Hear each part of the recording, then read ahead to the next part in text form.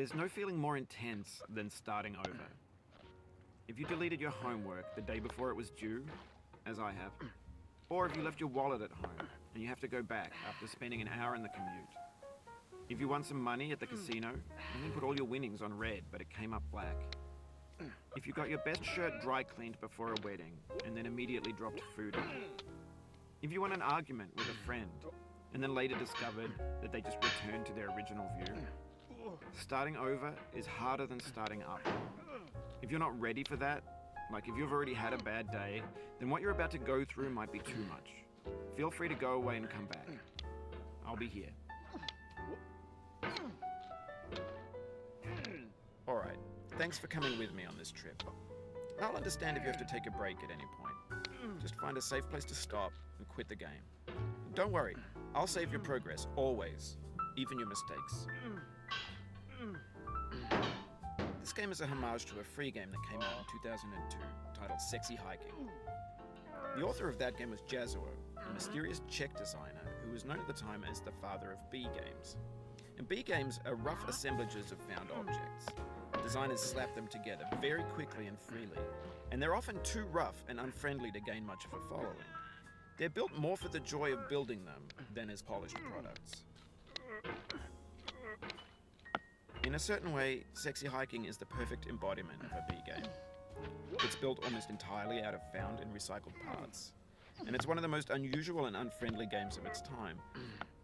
In it, your task is simply to drag yourself up a mountain with a hammer. And that act of climbing, in the digital world or in real life, has certain essential properties that give the game its flavor. No amount of forward progress is guaranteed. Some cliffs are too sheer or too slippery, and the player is constantly, unremittingly in danger of falling and losing everything. Anyway, when you start Sexy Hiking, you're standing next to this dead tree that blocks the way to the entire rest of the game. It might take you an hour to get over that tree, and a lot of people never got past it. You prod and you poke at it, exploring the limits of your reach and your strength, trying to find a way up and over. And there's a sense of truth in that lack of compromise. Most obstacles in video game worlds are fake. You can be completely confident in your ability to get through them once you have the correct method or the correct equipment or just by spending enough time. In that sense, every pixelated obstacle in Sexy Hiking is real. The obstacles in Sexy Hiking are unyielding, and that makes the game uniquely frustrating. But I'm not sure Jazuo intended to make a frustrating game. The frustration is just essential to the act of climbing, and it's authentic to the process of building a game about climbing. A funny thing happened to me as I was building this mode. I'd have an idea for a new obstacle, and I'd build it, test it, and it would usually turn out to be unreasonably hard. But I couldn't bring myself to make it easier. It already felt like my inability to get past the new obstacle was my fault as a player rather than as a builder. Imaginary mountains build themselves from our efforts to climb them, and it's our repeated attempts to reach the summit that turns those mountains into something real. When you're building a video game world, you're building with ideas, and that can be like working with quickset cement.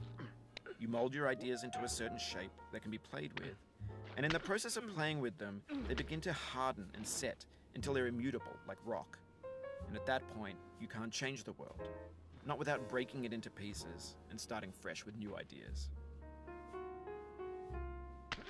For years now, people have been predicting that games would soon be made out of prefabricated objects, bought in a store and assembled into a world. And for the most part, that hasn't happened, because the objects in the stores are trash. I don't mean they look bad or that they're badly made, although a lot of them are. I mean they're trash in the way that food becomes trash as soon as you put it in the sink. Things are made to be consumed and used in a certain context, and once the moment is gone, they transform into garbage. In the context of technology, those moments pass by in seconds.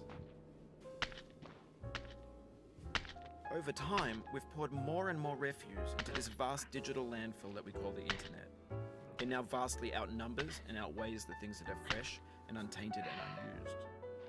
When everything around us is cultural trash, trash becomes the new medium, the lingua franca of the digital age. And you can build culture out of trash, but only trash culture. B games, B movies, B music, B philosophy. Maybe this is what digital culture is.